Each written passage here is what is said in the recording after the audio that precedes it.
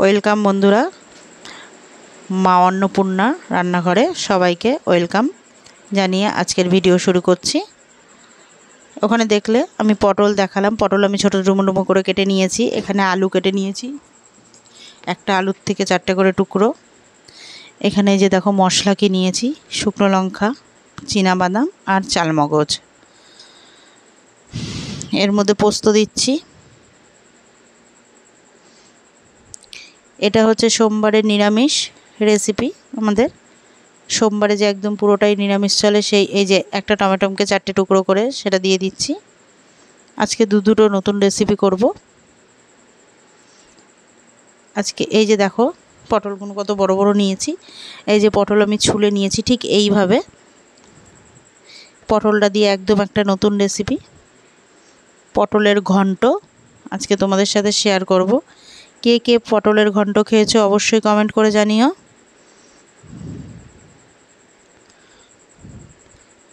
Please পুরো ভিডিওটা দেখার জন্য অনুরোধ রইল। অবশ্যই একটু দেখো ভিডিওটা, আশা করছি তোমাদের ভালো লাগবে। ভিডিওটা একদম নিরামিষ দিনের জন্য।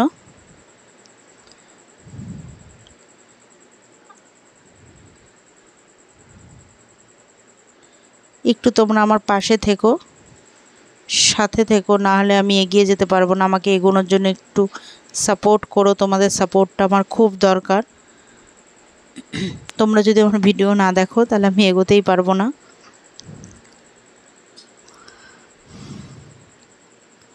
প্রথমে আমি পটল পনিরটা করে নেব। সেই পটলের জন্য পনিরটা কেটে নিচ্ছি। পটলটা তো আমার আগেই কেটে নিয়েছি। পনিরটা আমি এবার চৌকো চৌকো করে ছোট ছোট করে কেটে নিচ্ছি। এখানে 450 পনির নিয়েছি।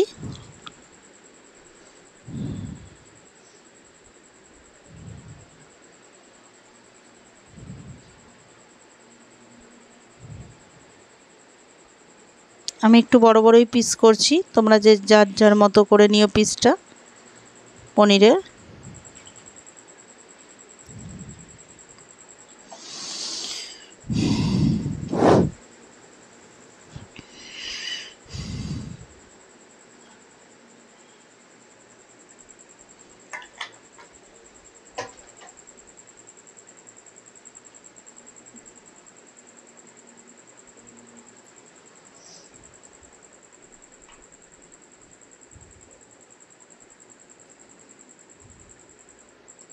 পনিরটা আমার প্রায় কাটা হয়ে গেছে।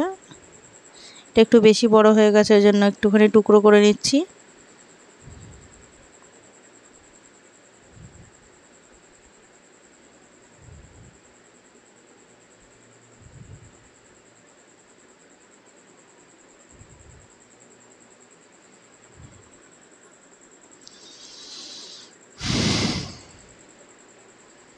এই যে দেখো পনিরটা আমার কাটা কমপ্লিট। কড়াইতে সাদা তেল বসিয়ে দিয়েছি। কড়াইতে আগে একটু আমি আলু ভেজে নিয়েছিলাম, সেই জন্য কড়াইতে ওরকম একটু একটু দাগ রয়েছে কালো। ওই কড়াইয়ের মধ্যেই আমি করে নিচ্ছি। আগে আলুটা ভেজে তুলে নেব।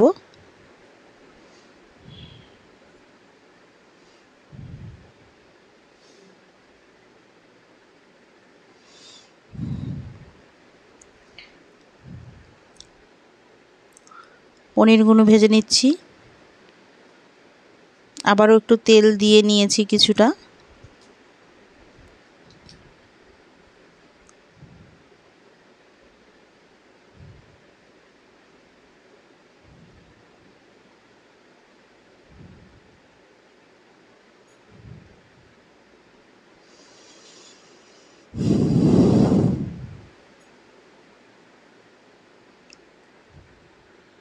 পনিরটা একটু ভালো করে ভেজে নেব, লাল লাল করে। এই যে দেখো পনিরটা আমার ভাজা প্রায় হয়ে গেছে।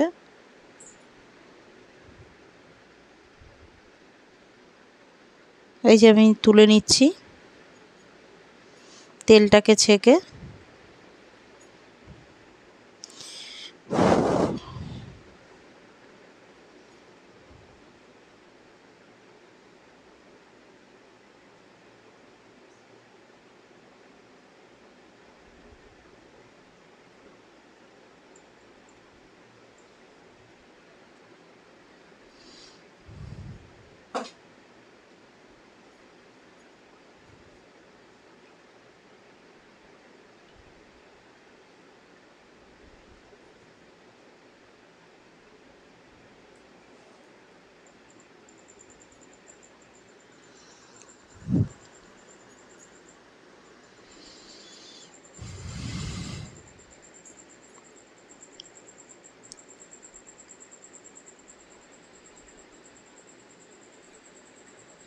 পটলটা এবার ভেজে নেব।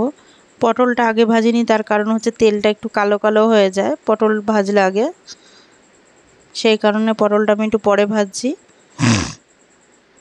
এই যে পটলটাও আমার ভাজা প্রায় হয়ে গেছে।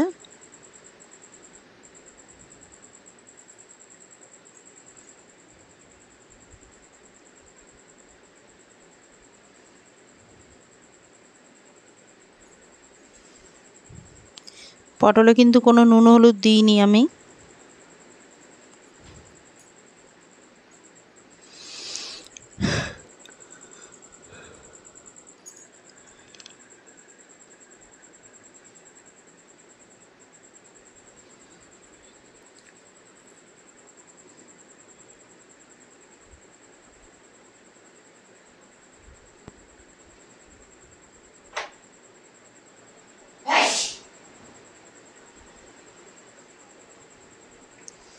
এলাচ ফোড়ন দিয়ে দেবো ওই তেলের মধ্যেই।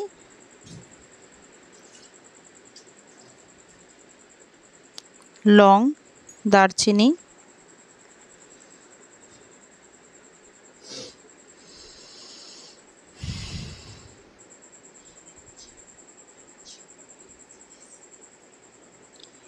মশলা দিয়ে দিলাম।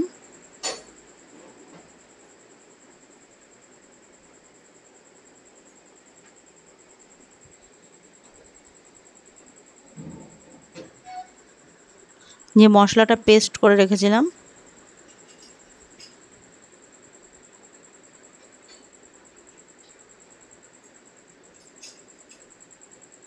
মশলাটা ভালো করে এবার কষিয়ে নেব।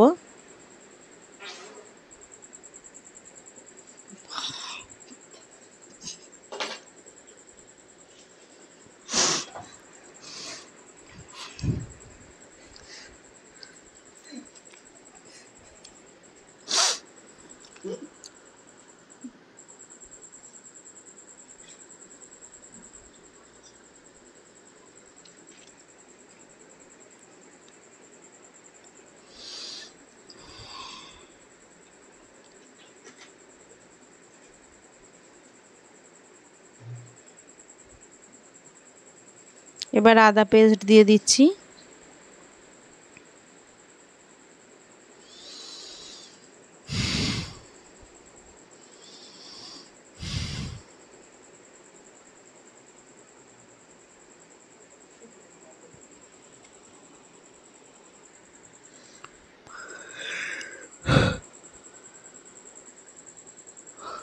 নুন পরিমাণ মতো,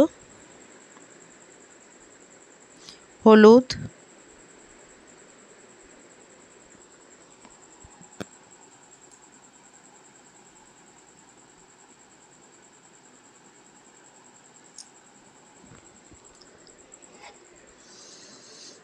সব মশলাগুলো আবারও একসঙ্গে মিশিয়ে ভালো করে কষিয়ে নিচ্ছি।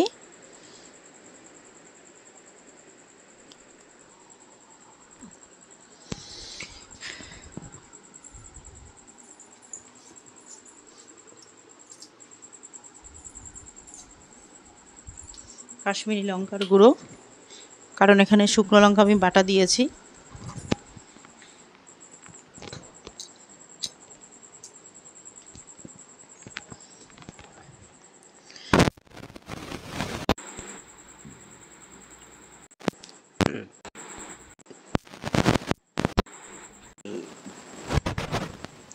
মশলা থেকে যতক্ষণ তেল না ছাড়বে ততক্ষণ আমি কষিয়ে যাব এইভাবে। এই যে দেখো একটু একটু করে তেল ছাড়া শুরু হয়ে গেছে।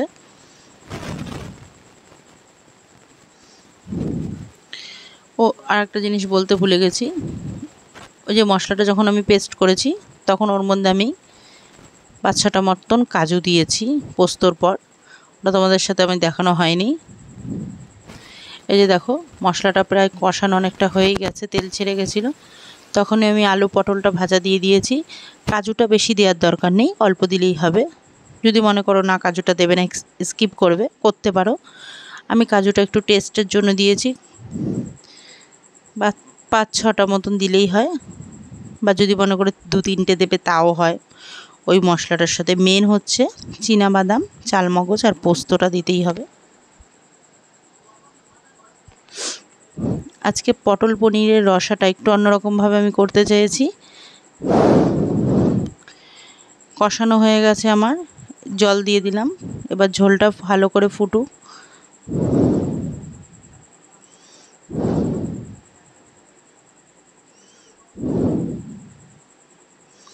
ততক্ষণ আমি আর একটা মশলা রেডি করে নিই, ওটা ততক্ষণ হতে থাকুক।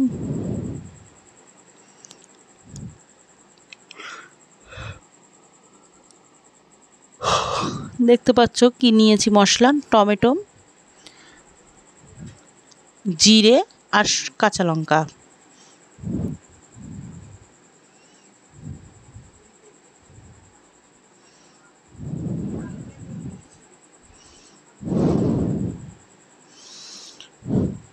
আমার পটল পনিরটা প্রায় অনেকটাই দেখো ফুটে ঝোলটা অনেকটা শুকিয়ে গেছে। এখন আমি একটুখানি চিনি দিয়ে দিলাম, 1 চামচ মতো।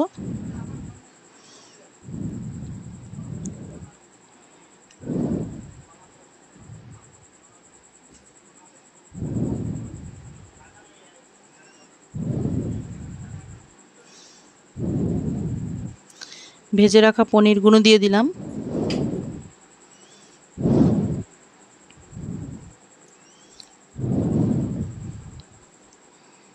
আলু পটল দিয়ে আমার পনিরের রসাটা পুরো কমপ্লিট হয়ে এসছে।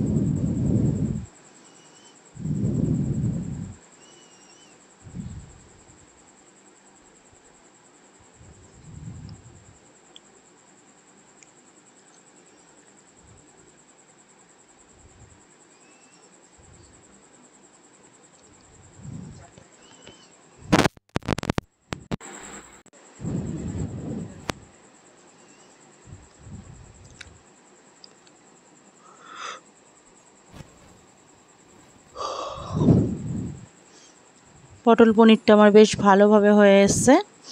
এবার নামিয়ে দেব। ভালো করে বেশ ফুটে গেছে। এই যে দেখতে পাচ্ছ গা মাখা প্রায় হয়ে গেছে। একটু সামান্য ঝোল ঝোল না থাকলে হবে না, একটু সামান্য রেখেছি।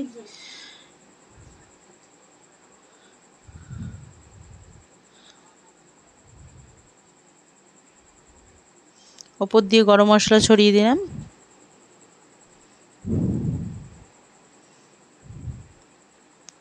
পটল পনিরের রসাটা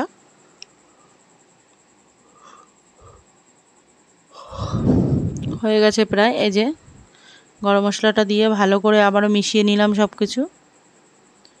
এবার একটুখানি ঘি ছড়িয়ে নেব।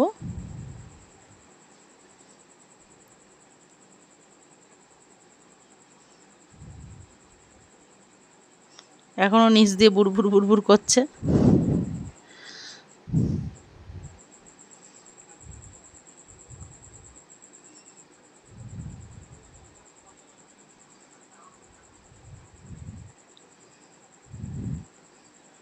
উপর দিয়ে ঘি ছড়িয়ে দিলাম। দুর্দান্ত সেন্ট বেরিয়েছে ঘি আর গরম মশলার একটা।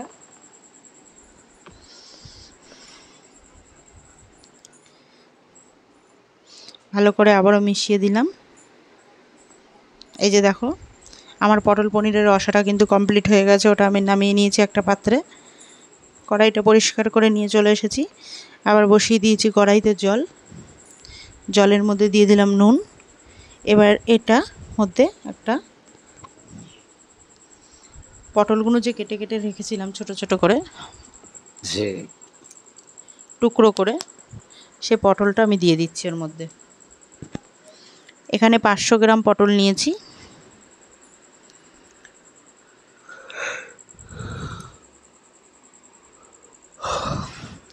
যে যার বাড়ির লোক সংখ্যা বুঝে পটলটা নেওয়ার চেষ্টা করবে। কেউ যদি মনে করো না লোক বেশি রয়েছে তো বেশি নেবে। এই যে দেখো পটলটা আমার আধা সেদ্ধ হয়ে গেছে।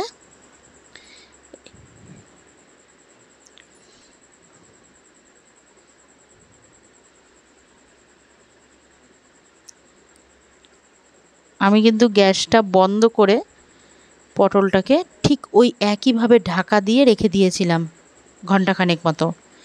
1 ঘন্টা রেখে দিয়ে 1 ঘন্টার পর আবার ফিরে এসেছি। এই যে দেখো পটলগুলো কিন্তু আমি জলটা থেকে ছেঁকে তুলে নিচ্ছি। পটলটা এমনভাবে সেদ্ধ করতে হবে ভালো করে বলক চলে আসবে, চলে আসার পর গ্যাসটা বন্ধ করে দিতে হবে, কিন্তু ঢেকে রাখতে হবে। তাহলে পটলটা পুরোপুরি যতটা আমরা কুক করতে চাইছি আমি ততটা কুক হয়ে যাবে। এই যে দেখো পটলটা আমার ভালো মতন সেদ্ধ হয়েছে। এবার এই পটলটা যেহেতু ঢেকে রেখেছিলাম এখনও মোটামুটি একটু গরম, মানে ভেতরে গরম আছে, গরম লাগছে হাতের মধ্যে, ভালো করে ইয়ে করতে পারছি না। এই পটলটাকে এখন আমি ভালো করে একটু ম্যাশ করে নেব। এটা কিন্তু হাত দিয়েই করতে হবে, তাহলে টেস্টটা আরও দুর্দান্ত আসবে। কারণ যেহেতু পটলের ঘন্ট এটাকে বলা হয়েছে, সেই কারণে এই যে দেখো পটল থেকে কিন্তু জল বেরোচ্ছে।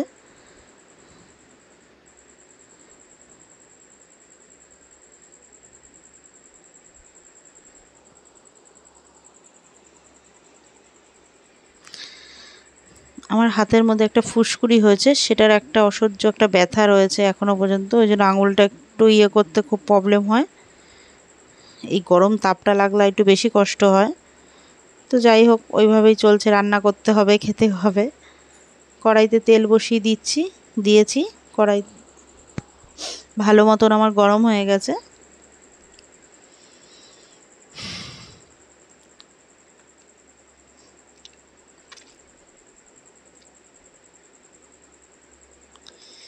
নিরামিষ দিনে দুটো সহজ রেসিপি নিয়ে চলে এসেছি, খুব একটা খাটনি নেই।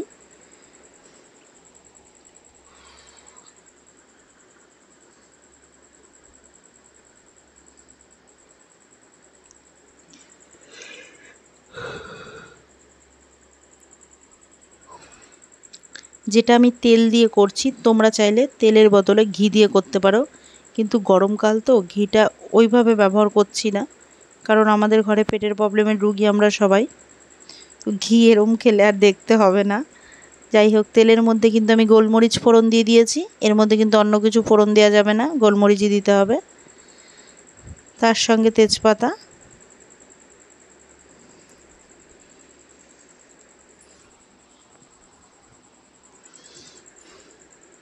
আমি যে মশলাটাকে পেস্ট করে রেখেছি সেই মশলাটা দিয়ে দিলাম তেলের ওপরে।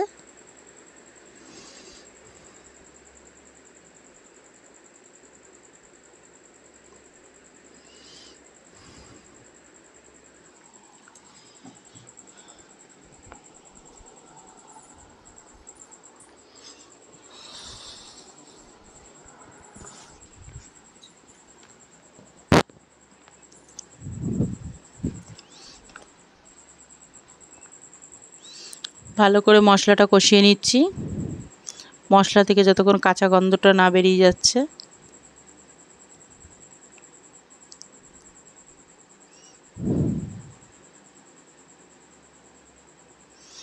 আদা পেস্ট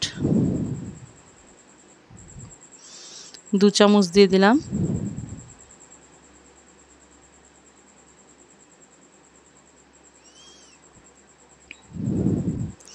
এই রান্নাটায় কিন্তু জিরাটা কিন্তু গোটাই পেস্ট করে নিতে হবে, পেস্ট করো বা মিক্সি এই শিলনোড়ায় বেটে নাও, গোটাই করতে হবে।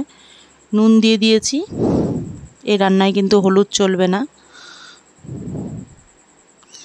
কিন্তু এই যে দেখো হলুদ কিন্তু দিইনি, কিন্তু হলুদ হলুদ ভাব লাগছে, আমি কিন্তু হলুদ 1 ফোঁটাও ব্যবহার করিনি। এই ঝোলটা আমি কিন্তু কোনো জলের ঝোল না, এটা কিন্তু দুধ দিয়ে ঝোল দিলাম। এখানে 1 পোয়া দুধ আমি পুরোটাই দিয়ে দিয়েছি।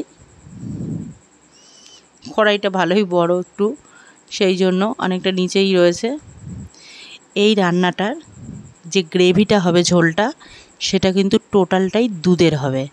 দুধের সঙ্গে ওই বাটি ধোয়াই বা কাপ ধোয়া যেটাই বলো, একটুখানি জল দেবে। এবার আমি হলুদটা ব্যবহার করছি, একটুখানি সামান্য দিলাম, জানি কালারটা একটু আসার জন্য। প্রথমে বলেছিলাম হলুদ ব্যবহার করা যাবে না, কিন্তু একদম কেমন একটা ফ্যাকাশে লাগছে, সেই কারণে সামান্য একটু হলুদ আমি ব্যবহার করলাম।